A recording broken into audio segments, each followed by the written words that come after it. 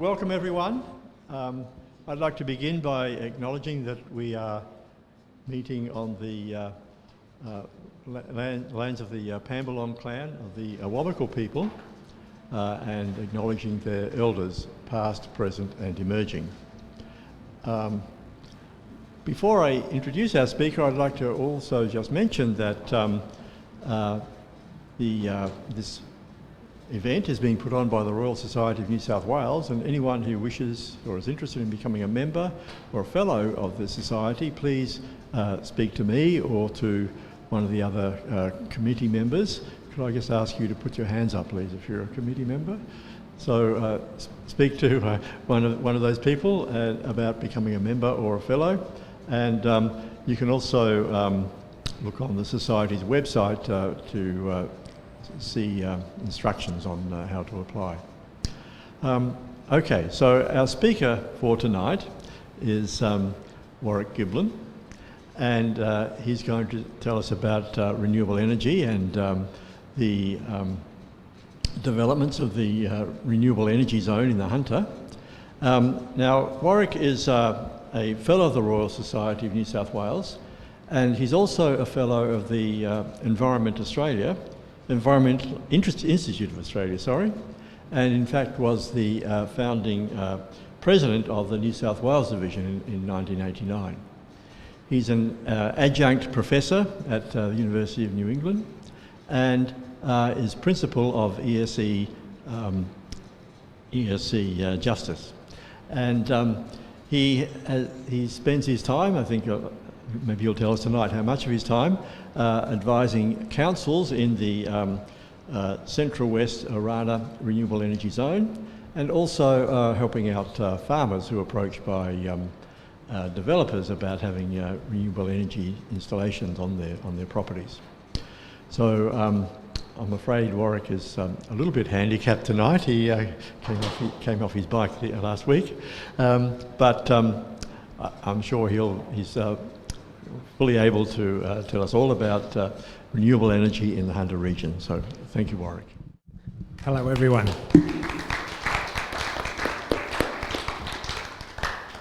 Thank you very much, George. It's interesting in my situation. Yes, I like to see myself as an eco-friendly transporter in terms of a cyclist, but it's not always human-friendly, particularly when you hit the dirt. But anyway, thank you very much for coming this evening. I am humbled by your presence.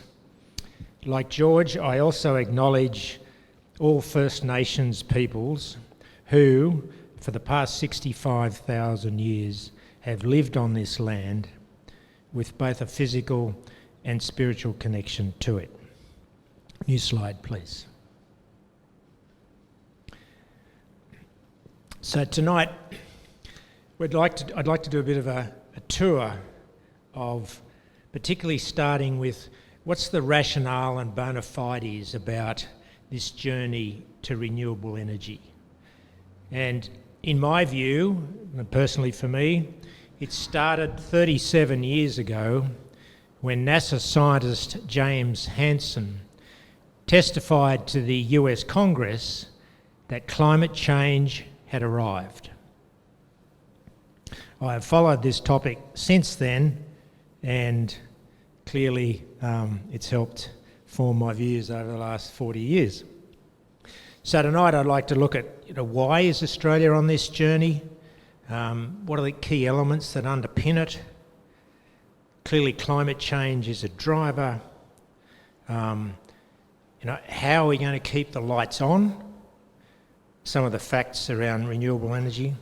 And particularly how are we performing on the ground in the Central West-Orana Renewable Energy Zone, which is the first RES that's being developed in New South Wales.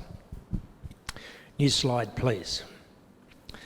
And as we walk through this, we'll pause at certain junctures to invite your questions and comments so that I'm not just a talking head and you go to sleep. And so I would welcome all frank, fearless questions. Nothing's too easy, nothing's too simple, nothing's too hard. Okay, so why renewable energy? Three key factors here. One is, in New South Wales, 9 coal-fired power generators were built between 1960 and 1973.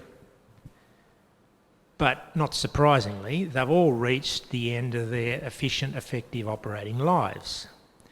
And there's not too many of them left. So clearly, begs the question, what's going to replace them? Where are we going to generate our electricity? So that's point number one. Point number two is, because coal and solar generation technology is now cheaper than coal, it makes sense to pursue that sort of technology. And thirdly, renewables have the added benefit of nil carbon emissions from their operation, especially compared to coal and gas. So again, climate change is a key driver. But the crunch is, regardless of whether we use the old system or the new system, generation may not match demand by 2030. Okay, next slide, please. Okay, who do you believe? There's all sorts of sources for information these days. Do you believe the scientists? I happen to do so.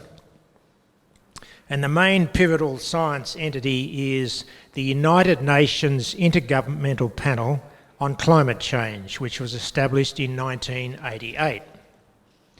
It is currently preparing its 7th assessment report.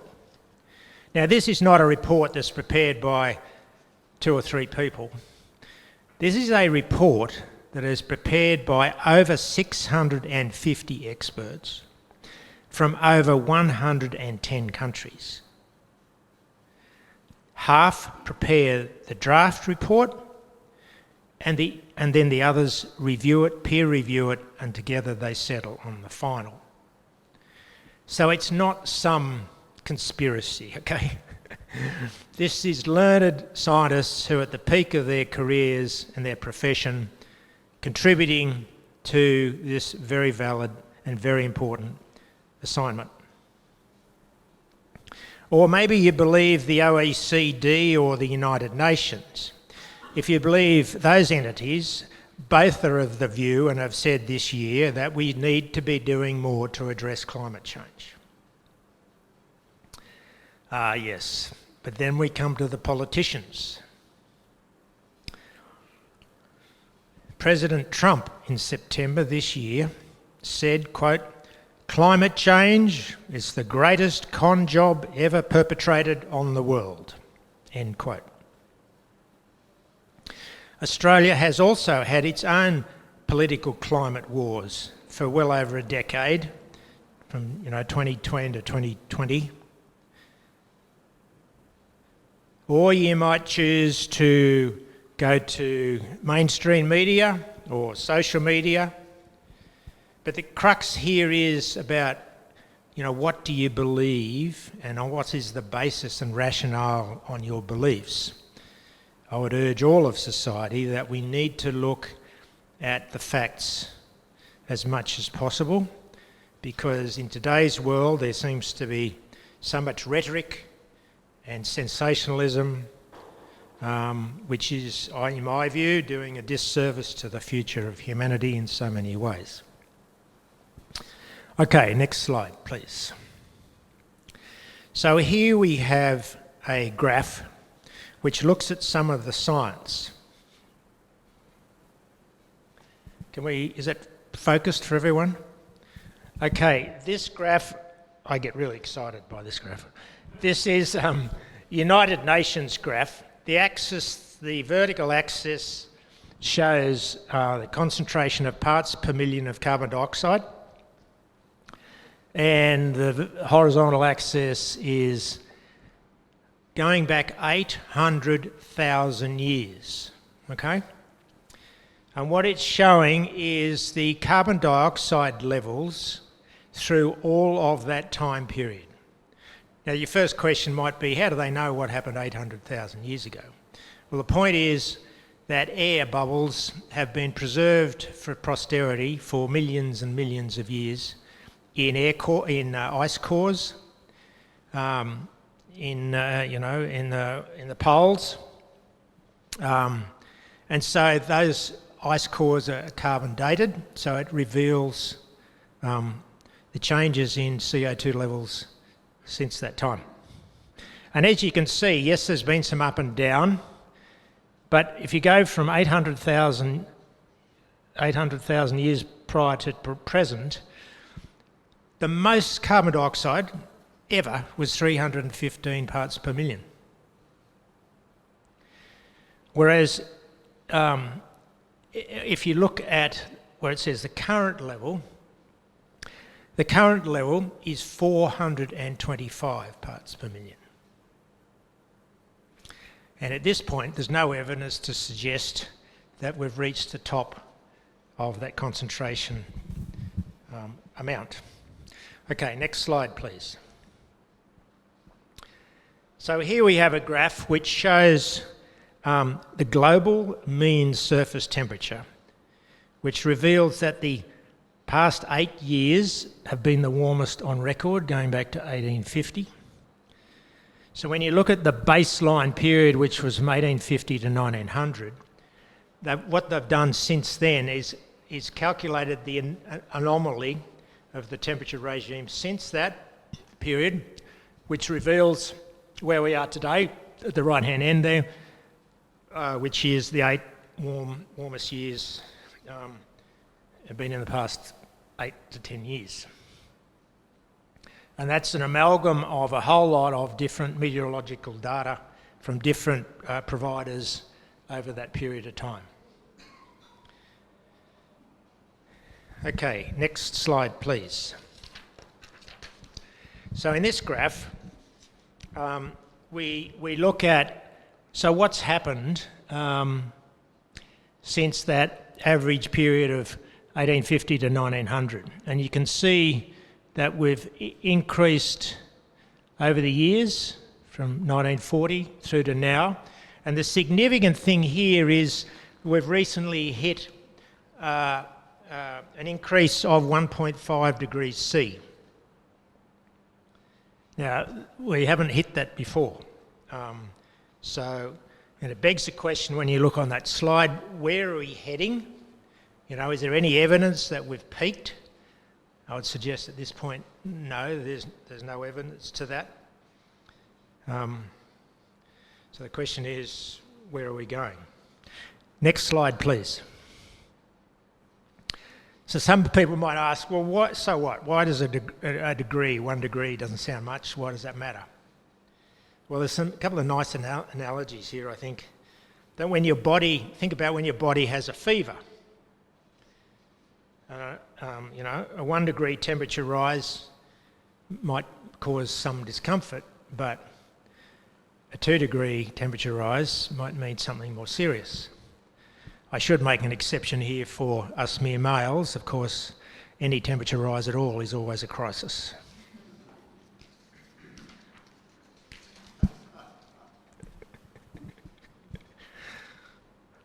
And the other way to look at it is think of the Earth's environment as a seesaw.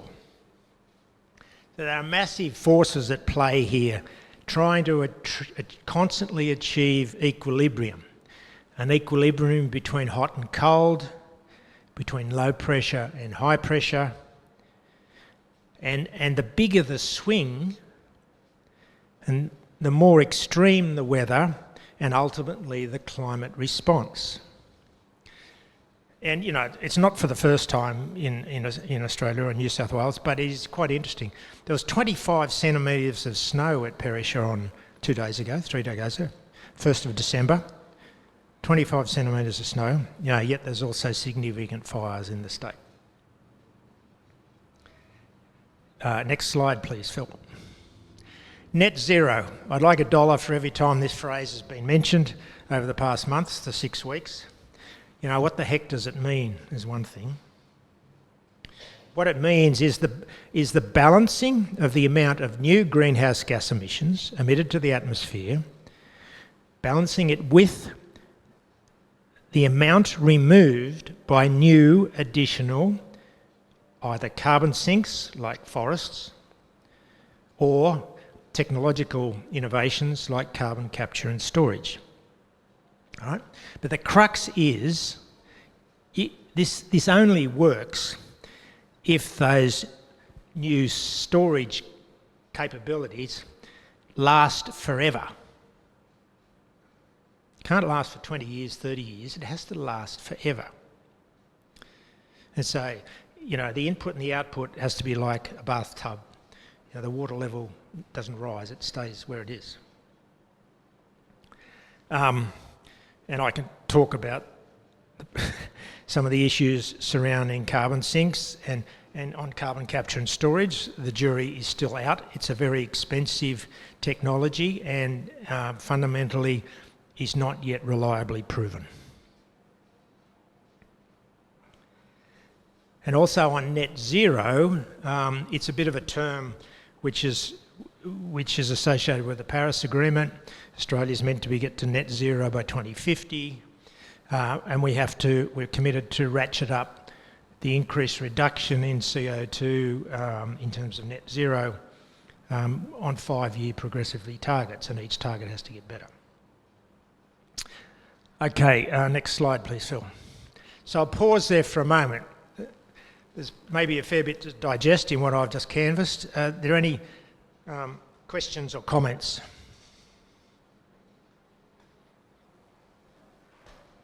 And we've got some microphones here if anyone's would like to ask any questions or comments at this point. Don't hold back. We'll keep going. But yes, please. There's a question there, right in front of you, Phil. No, there. I just wondered why the baseline was 1850 to 1900. I suspect because that was when the scientists had some sort of definitive data. And data that was sufficiently rigorous to be able to withstand close scrutiny. It's also the start of the Industrial Revolution. Yes, so you know it predates the Industrial Revolution, so that's a very handy baseline. Yes, John.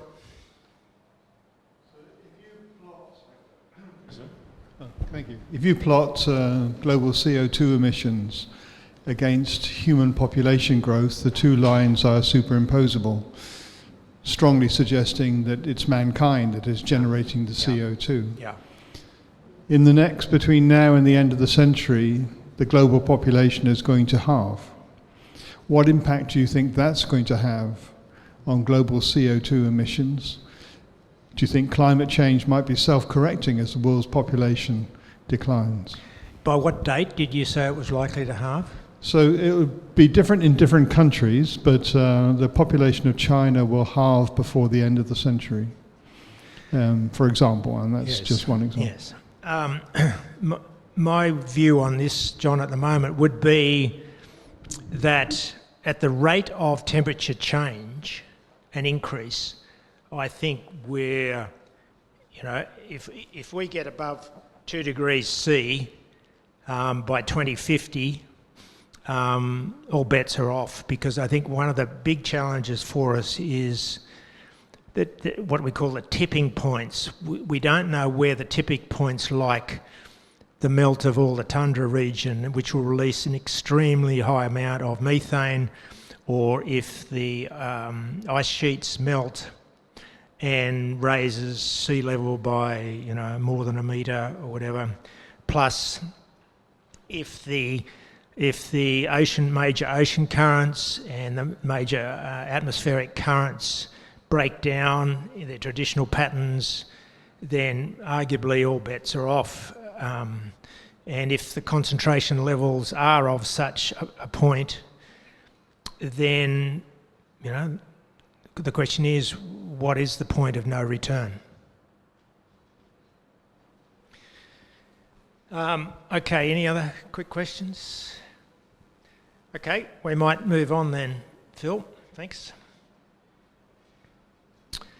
Okay, so just to crystallise and summarise where I think we're at the moment.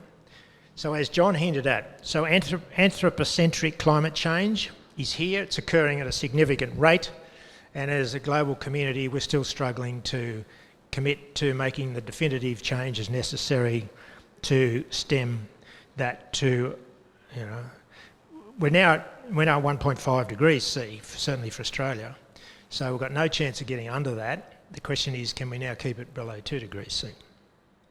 So this is due to the burning of fossil fuels and deforestation. We're losing that sink, particularly, you know, around the equatorial regions. So the concentration of CO2 is now up 30% since 1958. So stronger greenhouse effect, which means trapping more heat in the atmosphere and the oceans, as akin to throwing more and more blankets on your bed, okay? And for the Australian land mass, only last year the average annual temperature has now warmed, or it did warm to 1.5 degrees C. The oceans around Australia have warmed 1.2 degrees C since 1900. It's all right for you ocean swimmers, you're probably quite happy to see the ocean temperature a bit warmer. So the pace of global decarbonisation is slow. Avoiding 2 degrees temperature rise at the moment appears problematic. And John mentioned China. Well, a question remains really about how the world's biggest emitters, carbon emitters, will respond. So China emits 32% of the world total, the US 13%, and India 8%. But what is interesting is that China generates 34% of its electricity from renewables, which is not far short of Australia.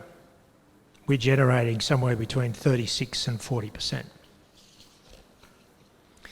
And also, China produces the most renewable energy in the world. It generates 5 times as much as the next country, which is the USA. Okay, next slide please, Phil.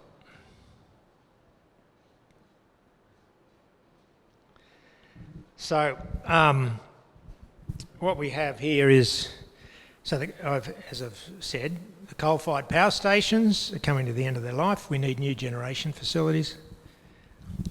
Now, the tricky thing here is we're doing this with renewables because they're currently cheaper than coal, but I hasten to add, not by much, particularly if you add in the costs associated with building new transmission lines to the new renewable energy facilities. And they're also cheaper than gas by a lot. So what we need is these generation sources supplemented by batteries, BESS, battery energy storage systems, and pumped hydro.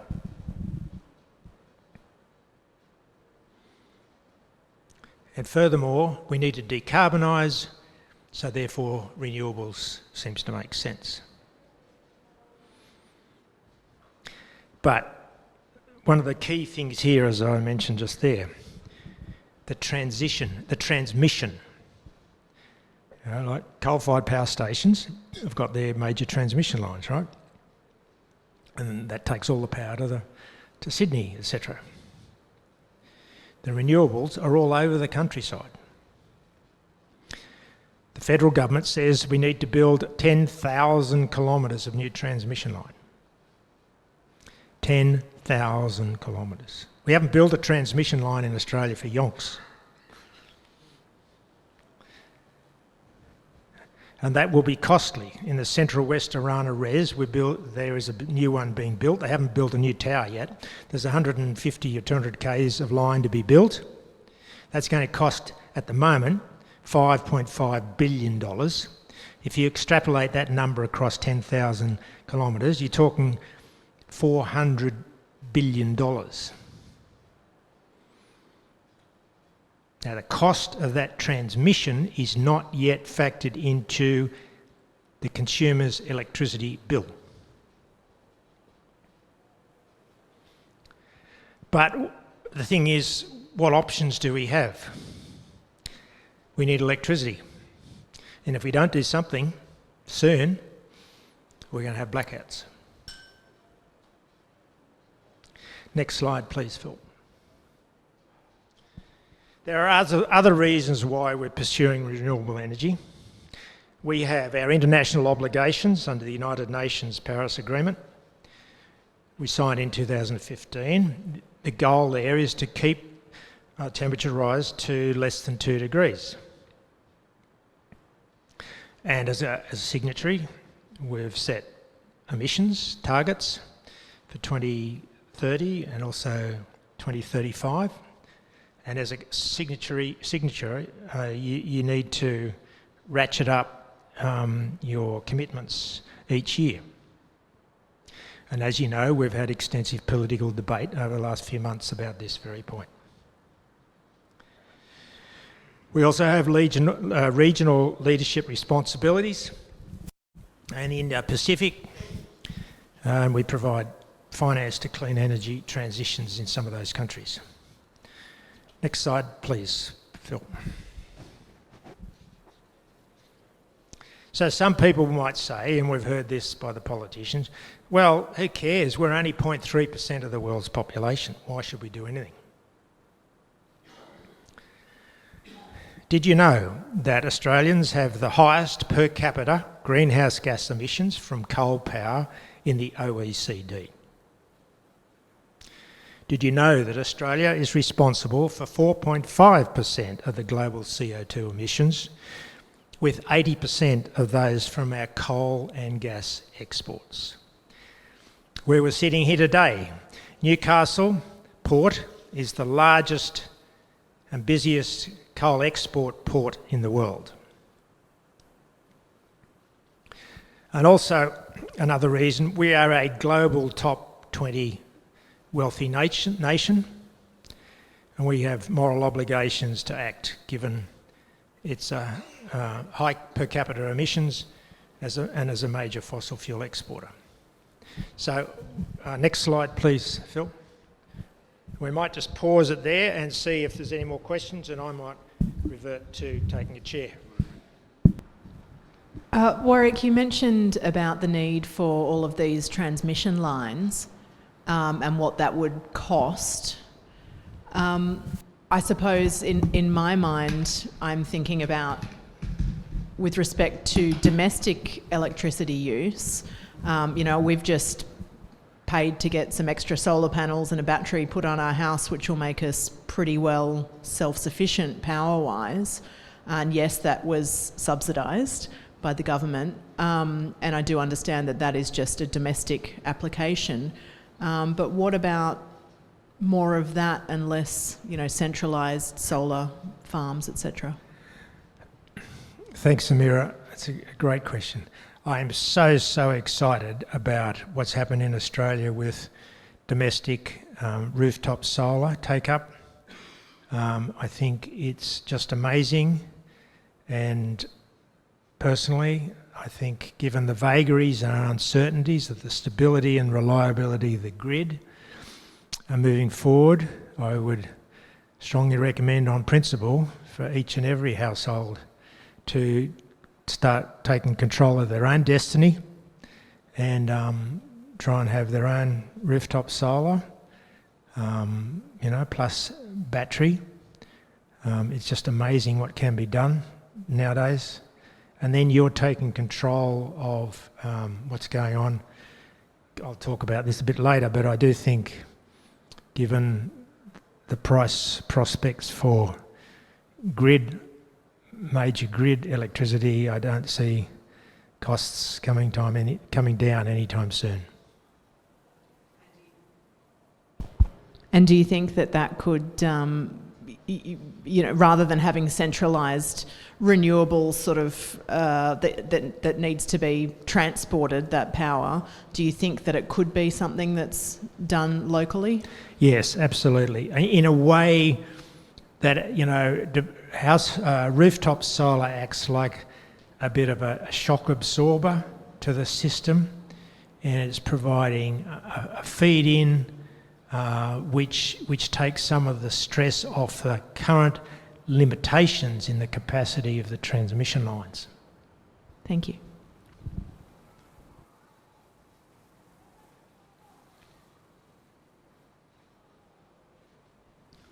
Sorry if I can't see you all while I'm sitting. That's good.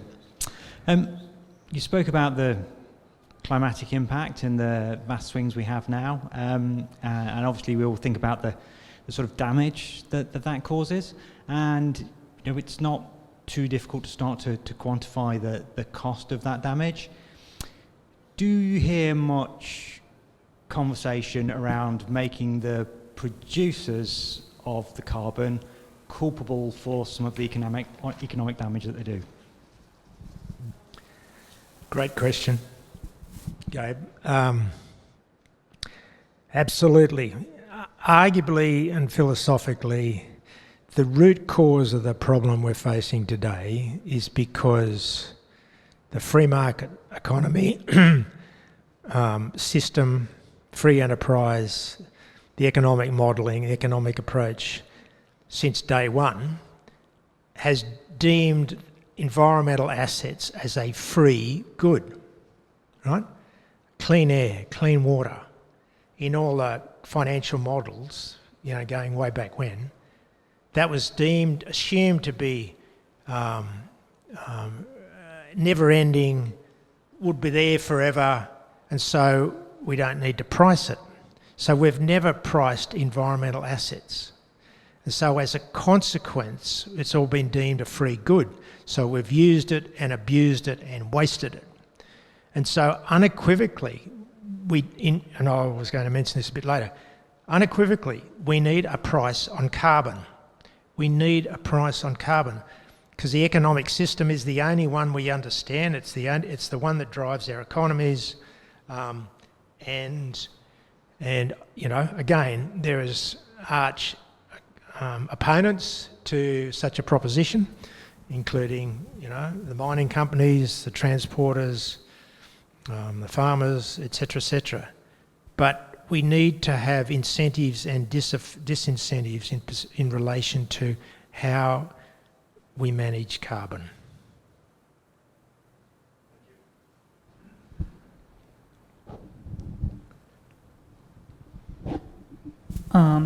So I have a short question. I'm still quite unsure about, you said that we need to build new transmission system, new transmission lines. And what I think in my mind is that we need to sort of respond to the increasing need for electricity and the demand. So if we're not providing that with renewable energy, we definitely need to build more fossil fuel energy generators.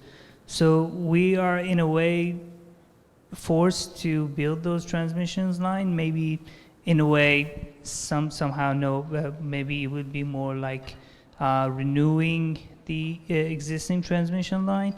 But when we want to move to renewable energy, as you said, Australia is a pioneer and has a very huge share in rooftop solar. So why do we actually need these transmission lines? Can we just not, proceed and continue this rooftop solar so that we don't have to build new, centralized generators and all that? So it's kind of a cost cut. Thank you. The challenge we face is the sheer amount of electricity we need to keep our society and the country working. And the demand for electricity is rising, particularly with data centres and so on and so forth. And so as things are, the predictions moving forward, say to 2030, is we're going to need even more electricity by 2030, not less. And sure, I mean, again, follow up on Zamira's point earlier. I mean, if we tried to decarbonise some of our activities or our equipment in our home, every little bit counts to reduce it. And we will also need, unequivocally, for coal and gas to continue, in my view, for another decade. So in a sense, we are going to need those transmission lines anyway. Correct. Mm-hmm. All right, thank you. Sorry, I had one here. Thank you. Look, it seems to me that we're experiencing an asteroid impact with a Chicxulub crater size, and it's slow. It's like a slow-moving train wreck, and but I try and equate it with what would happen if a really sizable asteroid, several kilometres or more than that, 50 kilometres across, hits the Earth. The recovery period will be quite substantial, I'd imagine, after such event. Equally, the recovery period after what we're going through at the moment, which is still a slow-moving train wreck, it seems to me that there are still enough rational people on the planet that we are capable of getting out of this situation over time, and we're talking probably hundreds of years. But unless we start moving soon, it's going to be too late, as you say.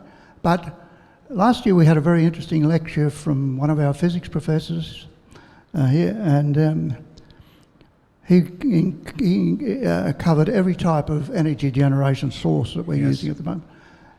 But one thing he did mention is the fact that he was very keen on the development of level 4 nuclear reactors, because that offers an opportunity for low residue, low danger, small reactors which are much, much safer than the primitive reactors that still exist on the planet. So there are maybe solutions. And are you going to talk about more solutions? I was going to mention in passing about nuclear energy. There's a very useful report prepared each year by the CSIRO called the Gen Cost Report. So they look at the cost structures of every feasible electricity generation methodology. And they have ruled that, yes, the large-scale traditional nuclear is way out of the ballpark in terms of costs. But I hear you. I mean, throughout the world, there are container-sized nuclear generation facilities that are being contemplated and are being tried. So, look, anything's possible. But on nuclear in Australia at the moment, we have state and federal jurisdiction which bans nuclear activity. So we'd have to cross that bridge. But I hear you, there are other possible scenarios. Just this gentleman here had a question. We might make this the last for this point. Do you feel the marketplace framework is all wrong? And so by using a yardstick, which is least cost, rather than consequence, that we will never get something that's relatable to people on the ground. So how can does the framework ever, is it fit for purpose? Because like you mentioned about environment costs weren't included. Well, if you include them and if you're still using the wrong measure to get to an outcome, which sounds like we want quality, not quantification. Do you think that needs a bit of work? Well, I certainly think it does, and certainly I know New Zealand and to some extent Australia is doing some accounting now based on well-being. So it takes a more holistic view of the various parameters. I think that's an encouraging step forward, and countries like Bhutan and other places do likewise. I think, yes, if we could shift our focus just off dollars and cents, it would be a big step forward. I just better keep moving, if you don't mind. Okay, next one, please, Philip. Okay, a couple of slides here about, firstly, our energy, our energy use, and then the next one after will be our electricity use. So just to make it clear, there's two. If you look at this, the real message out of this is our transport and industrial usage of energy is huge, 41%, right? We're a big country, we have lots of terrain to cover, and so transport and industry use almost half of Australia's energy. And then you see coal and gas, mainly through, electricity, but also for gas, it's also for business. 9% on renewables. One of the things here, again, transport's a big user. Interestingly, in this country, we have a diesel fuel rebate, right? And guess what? That's a subsidy for fossil fuel use, valued at over $10 billion a year. And it works by refunding the fuel tax paid by miners and farmers.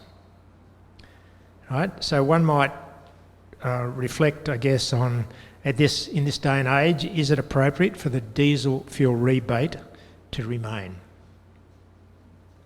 Next slide, Philip. This is about electricity. So, coal, 45%, gas 17%, oil 1%. So renewables, here we go, renewables, Q1 this year, 40%. But we've had a recent big peak. This is the national energy market, the Australian national energy market numbers. 78% was totally renewables. 35% of Australian homes have rooftop solar. Now, South Australia does not have any coal-fired power stations. And often, or routinely, 75% of the state's demand for electricity is met by household solar during the middle of the day. The problem over there in South Australia is, however, if there's no sun, where do they get their power? And that's where gas-fired generators come into play, you see. And gas is very, very expensive. So, guess what? South Australia has the most expensive electricity prices of any state. And so on this pricing thing, interestingly, you may recall, once upon a time, Australia's gas reserves were quarantined to Australia. We had incredibly low gas prices. Dirt cheap, it really was. But then we decided to export it. So suddenly overnight, the price of our gas used here domestically jumped to the international price. And as a consequence of all that, the price of gas doubled and has caused a doubling of, in effect, a doubling of our electricity prices because gas tends to be the baseline price setter for electricity. Next slide, please, Phil. Now, I don't know, I hope you can see that. Can you see that clearly? Anyway, I love this graph. So on the left-hand side is midnight, on the right-hand side is midnight. In the middle is midday, okay? So what this shows is typically the sources of electricity across the energy network, the energy market. So the brown and the black is coal, Then you've got some gas. Then you've got some pumped hydro, the dark blue. The dark blue is battery. The green is wind. The yellow is large-scale solar. And the light yellow is rooftop solar. All right? So as you can see, there's a glut of electricity during the day, thanks to the two sources of solar, which, and because there's a glut, in effect, most of the other generation sources cannot sell their electricity at anything other than a negative price.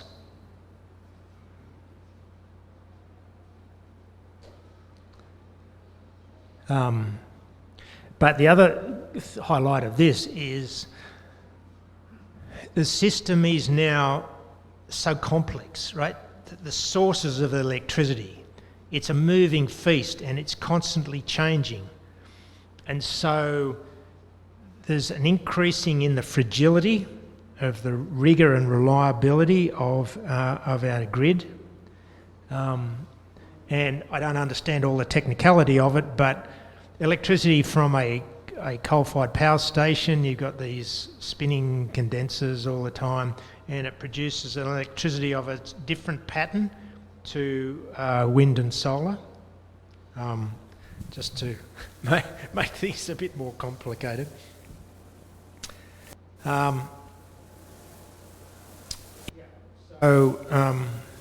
Next slide, please.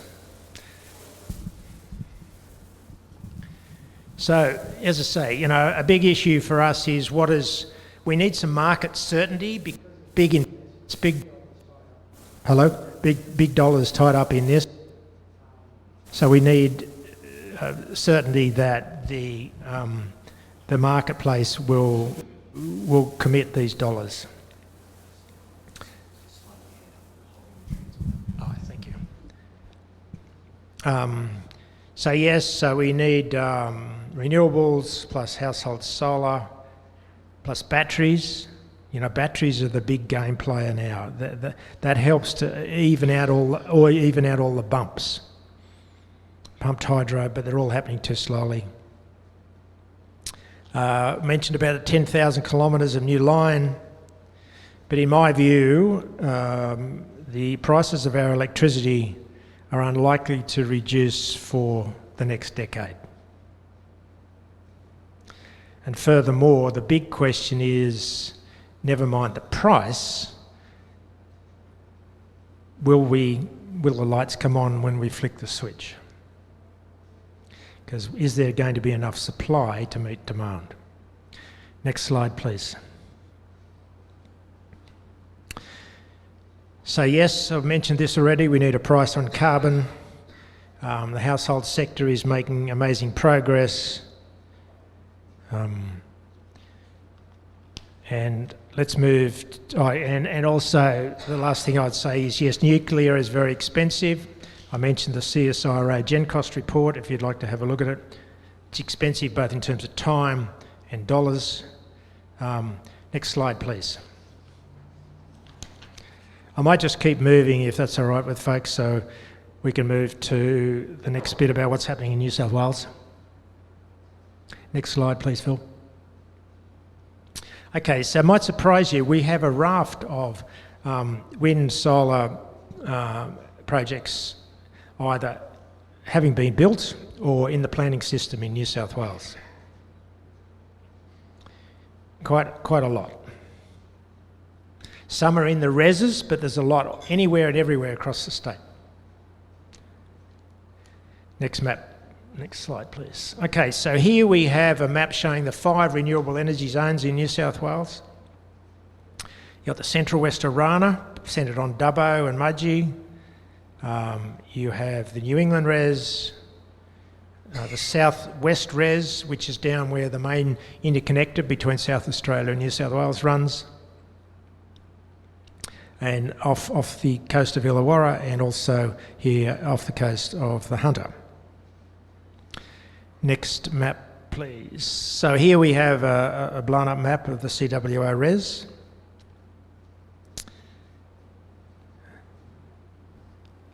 And so in that res, there's about 40 wind or solar farms proposed. Some have been built, but not many.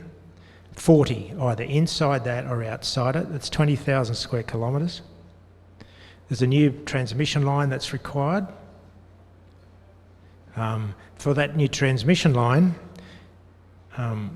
because it's a government project, the farmer has no option to refuse. The land is compulsorily acquired. Ideally, they reach a compromise, but if the farmer pushes it, it ends up in the court and the farmer is worse off. So the farmer is paid for the land on which the transmission line will be.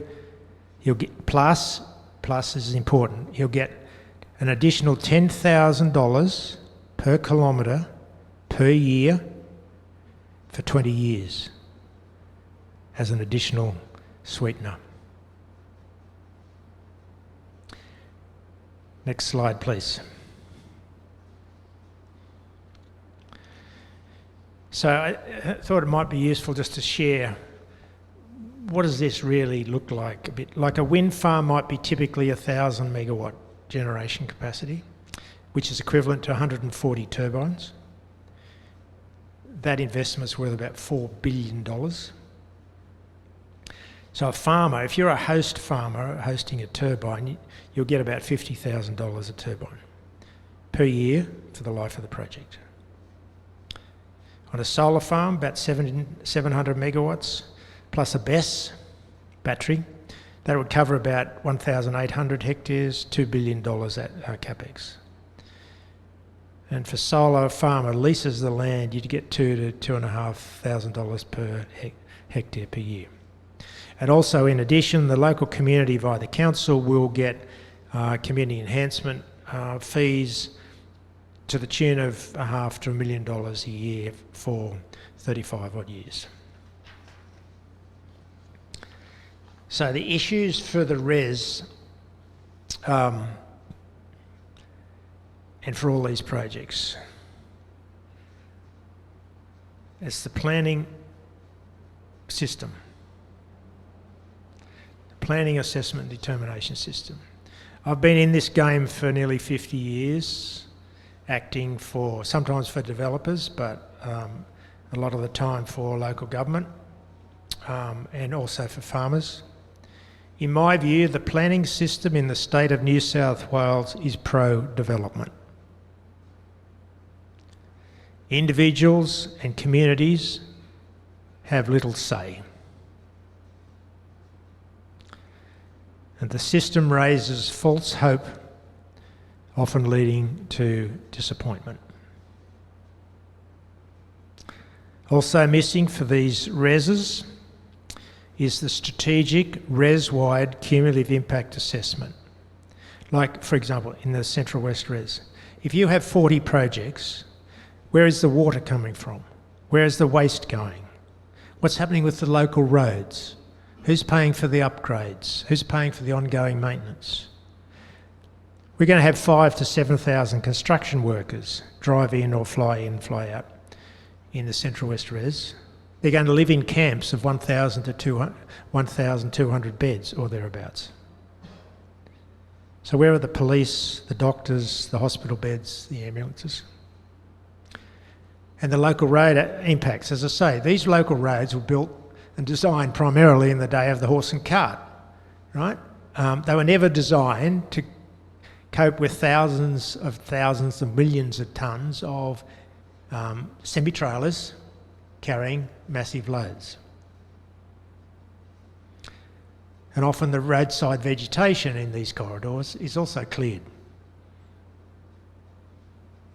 So, as I've mentioned, the host landholders do benefit.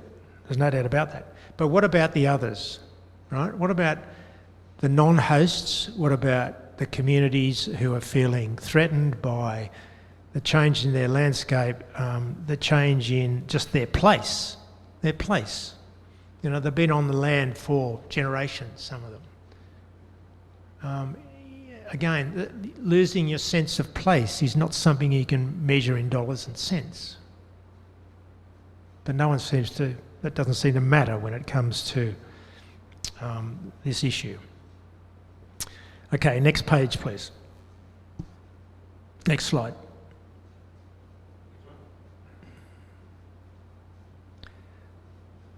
Yep, so I've mentioned that. Next slide, please, Phil. Righto. So here we go. There's a few photos here just to show what these things look like.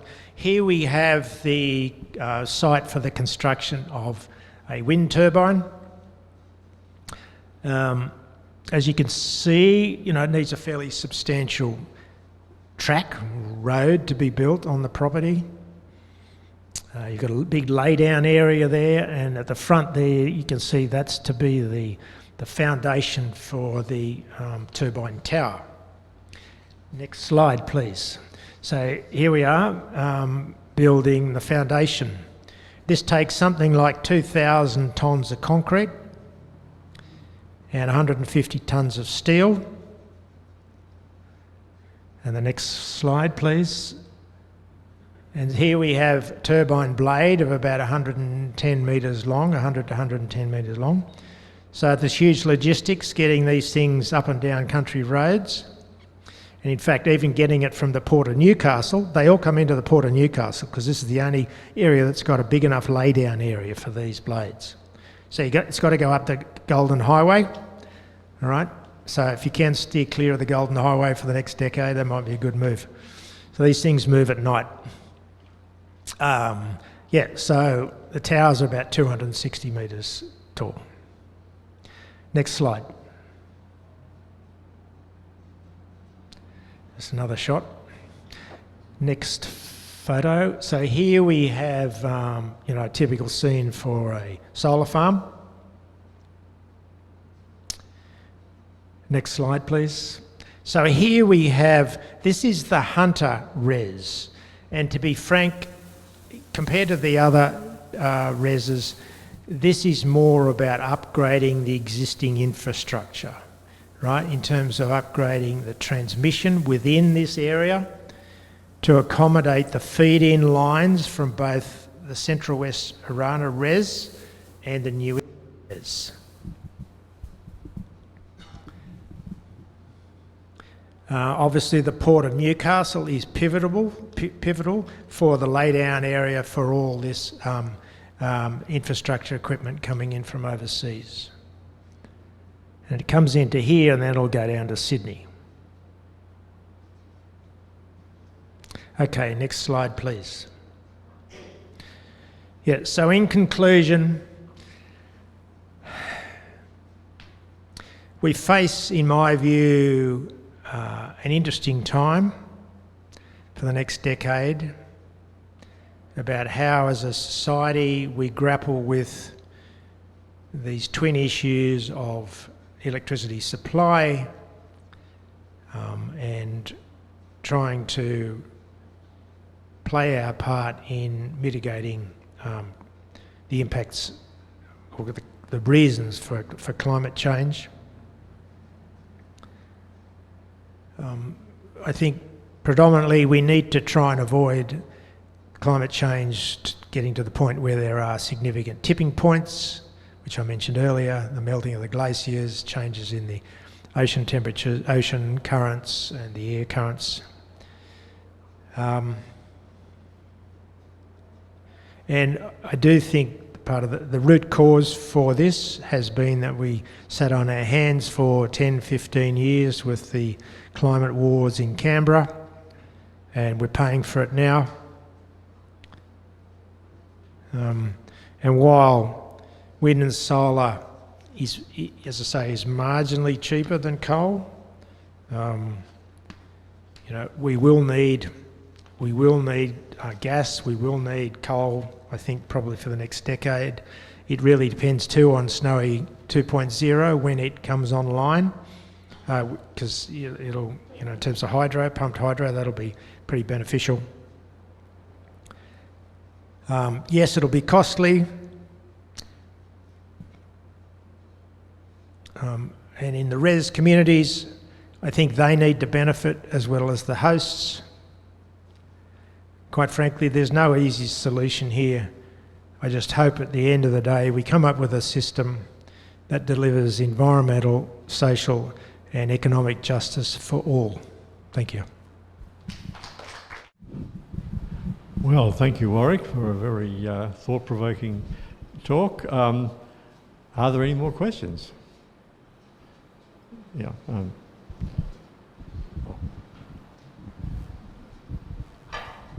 I just wondered about your opinion on the government's strategy of making 3 hours of midday energy free for everyone. Do you think that will have any impact for people? And secondly, the second issue that came up in the paper recently was preserving a certain amount of gas, and will that also reduce electricity prices? Excellent points to raise, Eugenie. 3 hours of free electricity. I'm not sure anything's ever free, is it? There's a price being paid somewhere along the line. And sorry, I don't really want to be cynical, but I think one would need to explore that very carefully about what are the consequences. If one was to pursue that option, what are the terms and conditions to ensure that you're not being having to pay somewhere along the line. And on the point of the gas, absolutely, it is a no-brainer. Australia should unequivocally have a domestic gas reservation policy. There is one in Western Australia. I think they keep 15% for domestic use. Here in the eastern seaboard, we've got so much gas, but it's been marketed overseas. And, what benefits has Australia as a whole secured out of that remains debatable. But one of the things it has cost us is gas readily available for domestic use. And I know there's talk at the moment about reservation for the eastern seaboard. It can't come soon enough, in my view.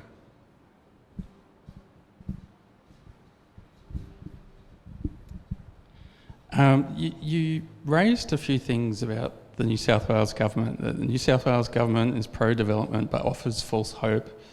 You mentioned that, what about losing your sense of place? And that doesn't seem to matter to the New South Wales government.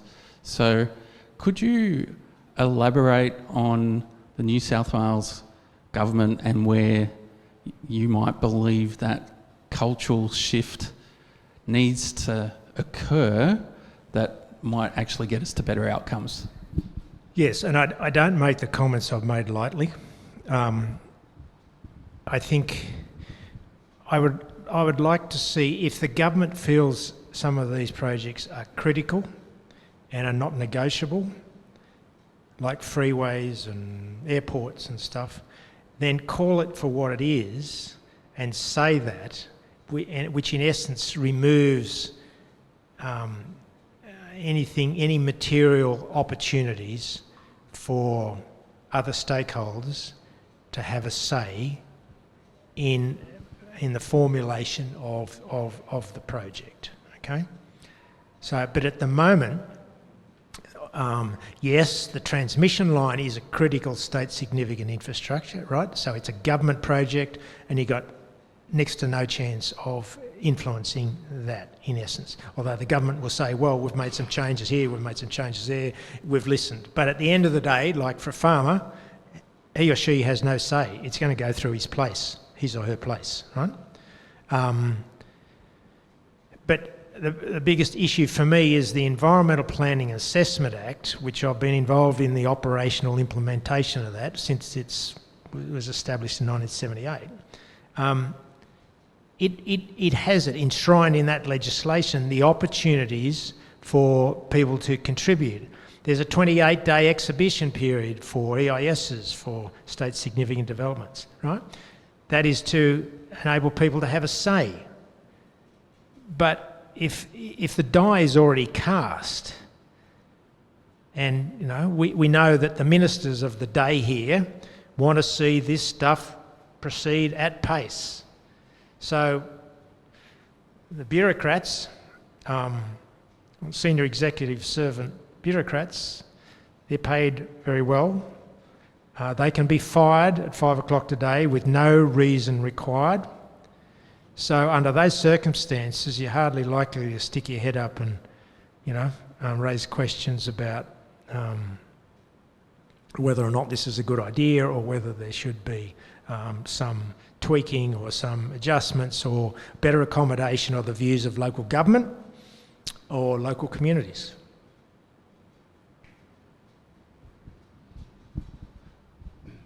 Thank you, Warwick.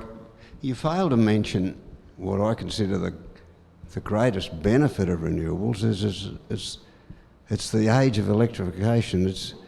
It's a tremendous opportunity to move beyond how we normally do things.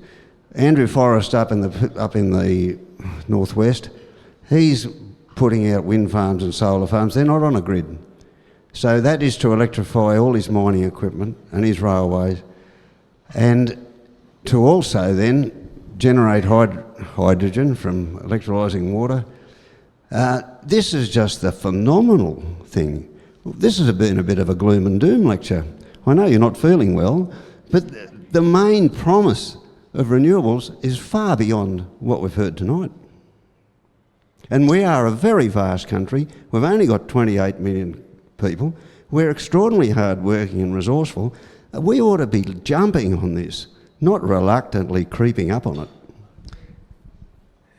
Yeah, well, the problem is the problem is at the moment, how are we going to get enough generation between now and 2030, right?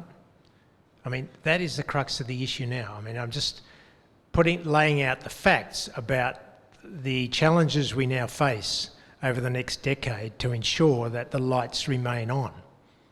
And so it's a juxtaposition of both climate change,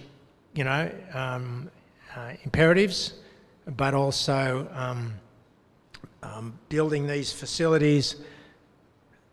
But in my view, I guess where I work for local government and farmers, these people also want to have some skin in the game or to be considered. And the question is, how do we do all this in the face of this crisis that's facing us about having enough power generated to meet our needs over the next decade and beyond?